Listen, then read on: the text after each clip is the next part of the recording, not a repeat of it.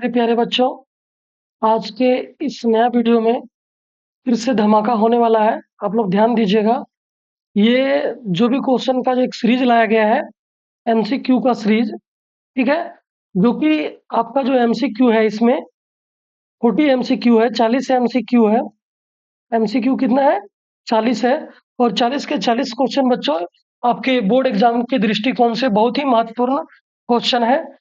यहाँ पे जितने मेरे चैनल पे जितने भी आपको सोशल साइंस के रिलेटेड वीडियो डाला गया है, सारे के सारे एग्जाम के व्यू से क्वेश्चन को अपलोड किया गया है, समझाया गया है, ताकि आपका एग्जाम में 100% आप मार्क्स ला सके। तो अगर मेरे वीडियो को आप लगातार अगर देखते हैं और देखते होंगे, और अगर पहले भी आप कहीं से भी पढ़े होंगे, तो ये आप लोगों को मालूम हो गया होगा कि यहाँ पे जो भी क्वेश्चन का सेट जो लाया जाता है, क्वेश्चन का जो सीरीज अपलोड किया जाता है इस चैनल पे, मेरे चैनल आरडी ट्यूटोरियल पे, तो वो सारे के सारे क्वेश्चन बच्चों इंपॉर्टेंट है। और ये क्वेश्चन हम जैसे तैसे नहीं लाते बच्चों। ये मेरा 7-8 वर्षों का अनुभव रहा है कि बोर्ड एग्जाम जो बोर्ड के बच्चों को ऑफलाइन पढ़ाए हैं, जिसके कारण आप लोगों को ये क्वेश्चन का एक सीरीज हम आप लोग को देने का प्रयास करते हैं। यहीं से अधिकतर क्वेश्चन आपका टैली करने वाला है। तो और पिछले बहुत सारे वीडियो अपलोड किए हैं सोशल साइंस के, तो वो एग्जाम के पहले आप लोग जाकर मेरे चैनल पे विजिट करके आप लोग देख लीजिएगा। और ये वीडियो को ज़्यादा से ज़्यादा अपने दोस्तों के पास भी शेयर कर दीजिएगा, ताकि यानी कि अपने साथ साथ दूसरे का भी कल्याण हो सके।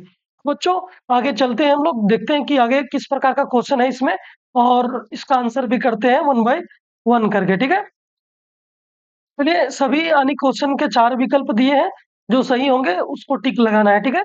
तो चलिए यहाँ पे ध्यान दीजिएगा कि वह राज्य वह राज्य जहाँ के राजनीतिक सत्ता उसके सांस्कृतिक सत्ता से मिलकर बनती है, उसे क्या कहते हैं?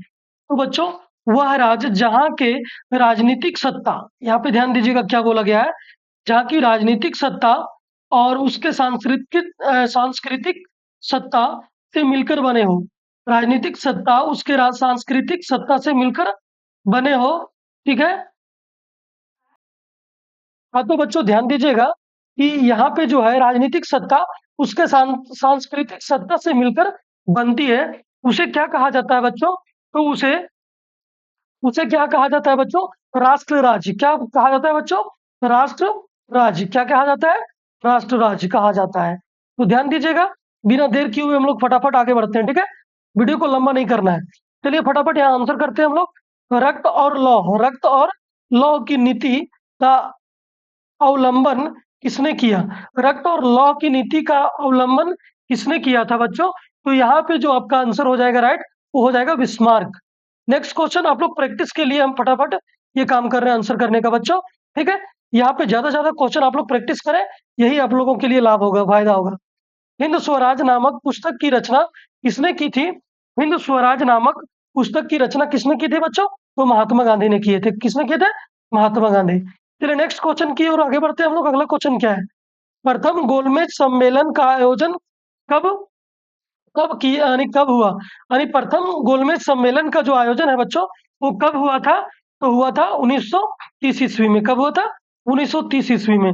नेक्स्ट क्वेश्चन की ओर आगे बढ़ते हैं बच्चों। अगला क्वेश्चन क्या है? वृहद उत्पादन व्यवस्था किस देश में आरंभ की गई? यानी कि वृहद उत्पादन व्यवस्था किस देश में आरंभ की गई? तो बच्चों इसका राइट आंसर हो जाएगा बच्चों अमेरिका। क्या हो जाएगा? अमेरिका। चलिए नेक्स्ट क्वेश्चन की ओर आगे बढ़ते हैं बच्चों, बिना देर किए हुए अगला क्वेश्चन पे हम ध्यान देते हैं। अगला क्वेश्चन क्या है बच्चों? एशिया एशिया को यूरोप और उत्तरी अफ्रीका से जोड़ने वाले मार्ग को क्या कहा जाता है? एशिया एशिया को यूरोप और उत्तरी अफ्रीका से जोड़ने वाले मार्ग को क्या कहा जाता है? तो इसको क्या कहा जाता है बच्चों? सिल्क मार्ग कहा जाता है। क्या कहा जाता है? सिल्क मार्ग। चलिए नेक्स्ट क्वेश्चन की ओर आगे बढ़ते हैं बिना देर किए हुए। अगला क्वेश्चन क्या है बच्चों? भारत में पहली जूट मिल कहाँ स्थापित की गई थी?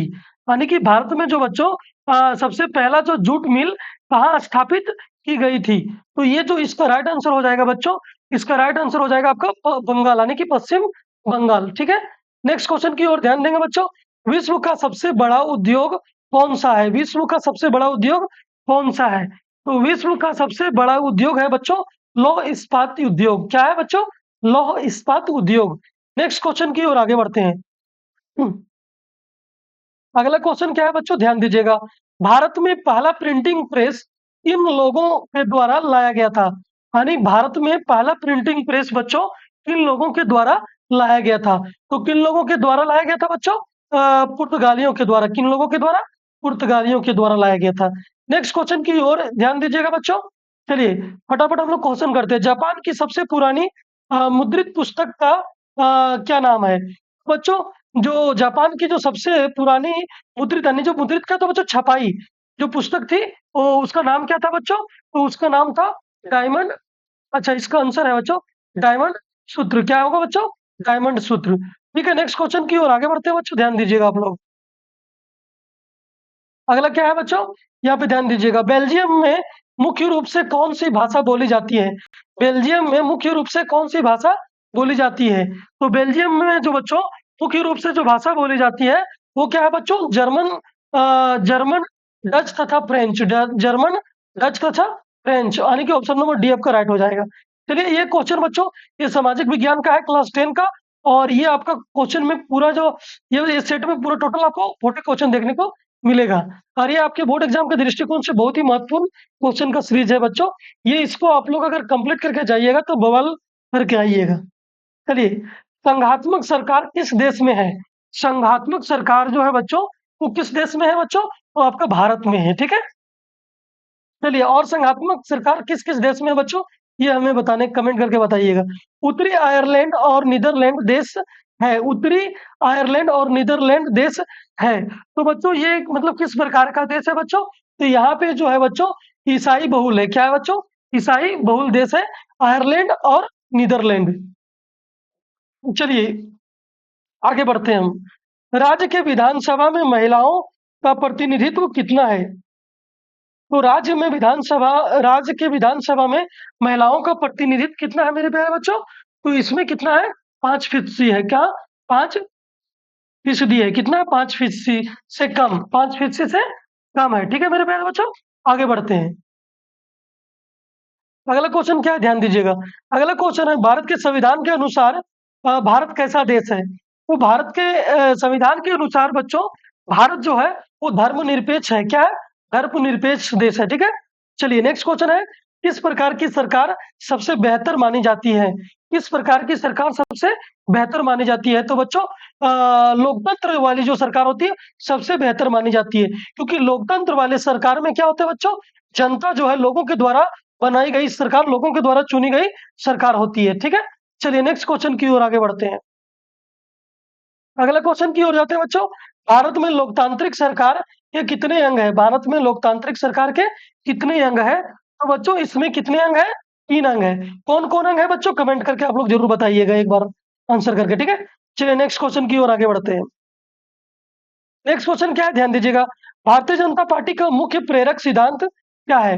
भारतीय जनता पार्टी का जो मुख्य प्रेरक सिद्धांत है बच्चों वो क्या है? ठीक है तो यहाँ क्वेश्चन नंबर 18 के लिए जो राइट आंसर हो जाएगा बच्चों वो क्या है बच्चों? सांस्कृतिक राष्ट्रवाद। क्या है इसका आंसर? सांस्कृतिक राष्ट्रवाद। 22 भाषाओं को भारतीय संविधान की किस अनुसूची में रखा गया है? 22 भाषाओं को भारतीय संविधान के किस अनुसूची में रखा गया है बच्चों? तो इसका राइट आंसर हो जाएगा बच्चों 8वीं अनुसूची। क्या हो जाएगा? 8वीं अनुसूची। चलिए नेक्स्ट क्वेश्चन की ओर आगे बढ़ते हैं बिना देर किए हुए। चलिए देखते हैं अगला क्वेश्चन क्या है। धार्मिक आधार पर खालिस्तान सांप्रदायिकता का दूसरा रूप है। धार्मिक आधार पर सांप्रदायिकता का दूसरा रूप है खालिस्तान दिया है बच्चों। तो यहाँ पे जो राइट आंसर हो जाएगा बच्चों वो आपका हो जाएगा राजनीतिक। क्या हो जाएगा बच्चों? राजनीतिक। चलिए नेक्स्ट क्वेश्चन क्या है? सूचना का अधिकार अधिनियम कब पारित किया गया था? सूचना का अधिकार अधिनियम कब पारित किया गया था बच्चों? तो इसका आंसर राइट आंसर हो जाएगा अक्टूबर अक्टूबर 2005। अक्टूबर 2005। नेक्स्ट क्वेश्चन की ओर आगे बढ़ते हैं। अगला क्वेश्चन क्या है? ध्यान दीजिएगा। अगला क्वेश्चन बच्चों राष्ट्रीय उपभोक्ता दिवस कब मनाया जाता है? राष्ट्रीय उपभोक्ता दिवस कब मनाया जाता है? तो यहाँ पे ध्यान दीजिएगा बच्चों कि राष्ट्रीय उपभोक्ता दिवस कब मनाया जाता है? तो इसका राइट आंसर हो जाएगा बच्चों 24 दिसंबर। क्या हो जाएगा? 24 दिसंबर। चलिए नेक्स्ट क्वेश्चन की ओर आगे बढ़ते हैं बच्चों। अगला क्वेश्चन क्या है? जिस देश की प्रति व्यक्ति आय अधिक होती है वह क्या कहलाता है? जिस देश की प्रति व्यक्ति आय अधिक होती है बच्चों, वो क्या कहलाती है? विकसित देश। क्या कहलाती है? विकसित देश। और भारत भारत जो है वो कैसा देश है बच्चों, वो आप लोग कमेंट करके बताइएगा, ठीक है। चलिए नेक्स्ट क्वेश्चन की ओर आगे बढ़ते हैं। अगला क्वेश्चन क्या है बच्चों? तृतीयक क्षेत्र का दूसरा नाम क्या है? तृतीयक क्षेत्र का दूसरा नाम क्या है? तो तृतीयक क्षेत्र का दूसरा नाम क्या है बच्चों? ध्यान दीजिएगा आप लोग। यहाँ पे तृतीयक क्षेत्र का दूसरा नाम बच्चों, उसको सेवा क्षेत्रक बोलते हैं। हम लोग क्या बोलते हैं? सेवा क्षेत्रक। नेक्स्ट क्या है बच्चों? सामान्यतः किसी देश का विकास किस आधार पर किस आधार पर बच्चों किस आधार पर निर्धारित किया जा सकता है? यानी सामान्यतः किसी देश का विकास किस आधार पर निर्धारित किया जा सकता है? तो बच्चों इसका जो निर्धारित करने का जो है बच्चों, यहाँ पे देखिए प्रति व्यक्ति आय तो ज़रूरी है, औसत साक्षरता दर भी ज़रूरी है और लोगों का स्वास्थ्य दर भी ज़रूरी है। तो ये तीनों यानी कि ये तीनों सही है बच्चों, इसलिए यहाँ पे जो ऑप्शन नंबर डी आपका राइट हो जाएगा, उपरोक्त तो सही। चलिए नेक्स्ट क्वेश्चन की ओर आगे बढ़ते हैं बच्चों। अगला क्वेश्चन क्या है? कितने क्षेत्र कितने क्षेत्र कितने प्रकार के होते हैं? क्षेत्र कितने प्रकार के होते हैं बच्चों? तो क्षेत्र 3 प्रकार के होते हैं। कौन-कौन होते हैं बच्चों? कमेंट करके बताइएगा आप लोग। चलिए नेक्स्ट क्वेश्चन। अगला क्वेश्चन क्या है बच्चों? ध्यान दीजिएगा। ऋण के अधिनियम ऋण के सॉरी ऋण के अनियमित स्रोत कौन-कौन हैं? ऋण के अनियमित स्रोत कौन-कौन हैं? तो यहाँ पे बच्चों ऋण के अनियमित स्रोत कौन-कौन है बच्चों? तो यहाँ पे ध्यान दीजिएगा। यहाँ पे आपका ऋण के अनियमित स्रोत क्या हो जाएगा बच्चों? व्यापारी और साहूकार। तो यानी ऑप्शन नंबर ये आपका बिल्कुल राइट हो जाएगा। चलिए नेक्स्ट क्वेश्चन क्या है? भारत में मुद्रा जारी कौन करता है? भारत में जो मुद्रा जारी करता है बच्चों, वो कौन करता है? तो भारत में जो मुद्रा जारी करता है बच्चों, वो भारतीय रिजर्व बैंक जारी करता है, ठीक है? ध्यान दीजिएगा। सारे के सारे क्वेश्चन बच्चों इंपॉर्टेंट है। आपका एग्जाम में यहाँ से डायरेक्ट क्वेश्चन टैली करेगा, तो आप लोग बिल्कुल ये वीडियो को स्किप ना करके ये पूरे वीडियो को ध्यान से देखिएगा। चलिए ध्यान दीजिए आगे क्या है। निम्न में से किसको वैश्वीकरण में सबसे कम लाभ हुआ है? निम्न में से किसको वैश्वीकरण में सबसे कम लाभ हुआ है? तो बच्चों सबसे कम जो लाभ हुआ है वो कृषि क्षेत्र को हुआ है। चलिए नेक्स्ट क्वेश्चन की ओर आगे बढ़ते हैं बच्चों। अगला क्वेश्चन क्या है? घरेलू अर्थव्यवस्था और विश्व अर्थव्यवस्था को जोड़ना क्या कहलाता है? घरेलू अर्थव्यवस्था और विश्व अर्थव्यवस्था को जोड़ना क्या क्या कहलाता है बच्चों? तो ये कहलाता है वैश्वीकरण। नेक्स्ट क्वेश्चन क्या है बच्चों? काली मृदा को किस नाम से जाना जाता है? काली मृदा को किस नाम से जाना जाता है? तो काली मृदा को बच्चों रेगुड़ मृदा के नाम से जाना जाता है। यहाँ रेगड़ लिखा है, रेगुड़ कहीं रेगुड़ भी लिखा रहता है ना, रेगुड़ मृदा के नाम से जाना जाता है। रेगुड़ या रेगुड़? रेगुड़, ठीक है। चलिए नेक्स्ट क्वेश्चन की ओर आगे ध्यान देते हैं। अगला क्वेश्चन क्या है? भारत के कुल क्षेत्रफल का कितने प्रतिशत क्षेत्रफल पठारी यानी कि पठारी भाग है बच्चों? तो कुल क्षेत्रफल का कितने प्रतिशत जो क्षेत्रफल है पठारी पठारी भाग है। तो इसका राइट आंसर हो जाएगा बच्चों 27। कितना हो जाएगा? यानी कि 27। चलिए नेक्स्ट क्वेश्चन की ओर आगे बढ़ते हैं बिना देर किए हुए। आगे देखते हैं। मध्य अमेरिका में झूम कृषि को किस नाम से जाना जाता है? मध्य अमेरिका में झूम कृषि को किस नाम से जाना जाता है? तो किस नाम से जाना जाता है बच्चों? तो यहाँ पे ध्यान दीजिएगा 33 का जो राइट आंसर हो जाएगा बच्चों मिल्पा। मिल्पा किस नाम से जाना जाता है? मिल्पा के नाम से जाना जाता है। नेक्स्ट क्वेश्चन की ओर आगे बढ़ते हैं बच्चों। अगला क्वेश्चन क्या है? सुनहरा रेशा किस फसल को कहा जाता है? सुनहरा रेशा किस फसल को कहा जाता है? तो सुनहरा रेशा बच्चों जूट को कहा जाता है। किस फसल को कहा जाता है?